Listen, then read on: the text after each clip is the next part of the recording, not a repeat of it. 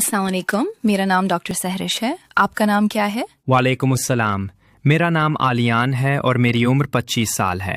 जी, किस तकलीफ के साथ आए हैं आप? मुझे पेट में जलन है और खाना हजम नहीं होता। मजीद कुछ बताना चाहेंगे आप? जी, अक्सर पेट फूला हुआ महसूस होता है और ज्यादातर खाना खाने के बाद होता है। ये बताइए कि कितने अरसे से आपको ये शिकायत है? तकरीबन 2 महीने से ये मसला है।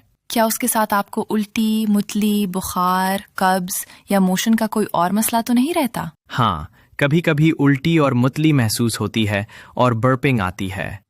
किन चीजों से ये दर्द बढ़ता या कम होता है? खाने के बाद बढ़ जाता है और अगर वॉमिटिंग हो जाए तो बेहतर हो जाता है। क्या रात में पेन की वजह से आँख खुल जाती हो या डिस्कम्फर्ट होता है? कभी कभी रात को भी बर्निंग होती है। भूख में कोई कमी हुई है? जी, भूख थोड़ी कम हुई है। वजन में कोई फर्क? जी नहीं। क्या खून की उल्टी या काले पखाने तो नहीं हुए? जी नहीं। क्या पहले कभी पेट का मसला या आंतों की बीमारी या सर्जरी हुई? जी नहीं। क्या आप रेगुलरली पेन किलर्स लेते हैं? हाँ, कभी हेडेक के लिए ले लेता हूँ। क्या शुगर, ब्लड प्रेशर, जिगर का कोई मसला या कोई और बीमारी? जी नहीं। खाना किस तरह का खाते हैं और क्या चाय कॉफी का इस्तेमाल ज्यादा करते हैं? जी, चाय ज्यादा पीता हूँ और स्पाइसी खाने पसंद हैं। माजरत के साथ पूछना चाहूंगी कि क्या सिगरेट, शराब या कोई और नशा तो नहीं करते? जी, मैं सिगरेट पीता हूँ, कभी कभी अल्कोहल भी। कोई जहनी दबाव या घरेलू या माली परेशानी की वजह से स्ट्रेस तो नहीं लेते? जी नहीं। आपकी हिस्ट्री के बाद मुझे ऐसा लगता है कि आपको बदहजमी की शिकायत है। ये कोई खतरनाक बीमारी नहीं है, लेकिन अगर आपने इसका ख्याल ना रखा तो ये लंबे अरसे तक तकलीफ देगी और फिर कॉम्प्लिकेशंस भी हो सकती हैं। ये यूजुअली स्टमक एसिड और खाना हजम ना होने की वजह से होता है। ज्यादातर ये लाइफस्टाइल और डाइट की वजह से होता है। मैं आपको कुछ टेस्ट लिख कर दूंगी, क्या आप करवा लेंगे? जी, मैं करवा लूंगा। आपने एक CBC जिगर का टेस्ट करवाना है।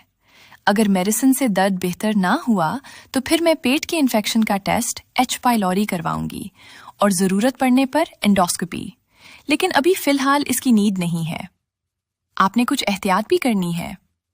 जब हम स्पाइसी, ऑयली, एसिडिक या हैवी खाना खाते हैं या इरेगुलर मील्स लेते हैं तो स्टमक एसिड बढ़ जाता है और पेट में डिस्कम्फर्ट होता है।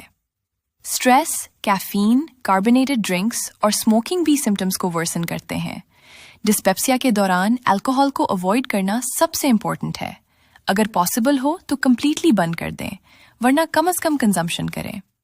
खाने के बाद फौरन ना लेटें, कम से कम 2 से 3 घंटे के बाद लेटें। बिस्तर का सर तकरीबन 6 इंच ऊंचा रखें। चिकनाई वाली, तेज मसालों वाली चीजों से एहतियात करें। दिन में एक साथ बहुत ज्यादा ना खाएं, बल्कि छोटे मील्स लें और गैस बनाने वाली चीजें जैसे सोडा, कोला, सफेद चने, मांस और गोभी ना लें। लूज कपड़े पहनें और अगर वेट ज्यादा है तो कम करें। खाने के बाद हल्की फुल्की वॉक करें। बगैर डॉक्टर के मशवरे के अननेसेसरी पेन किलर्स ना लें, इससे भी तेजाबियत बढ़ती है। अगर इन चीजों से दर्द बेहतर ना हो तो आपने कैप्सूल ओमेप्राजोल 20 मिलीग्राम दिन में एक दफा खाने से आधा घंटा पहले 1 महीने तक लेनी है।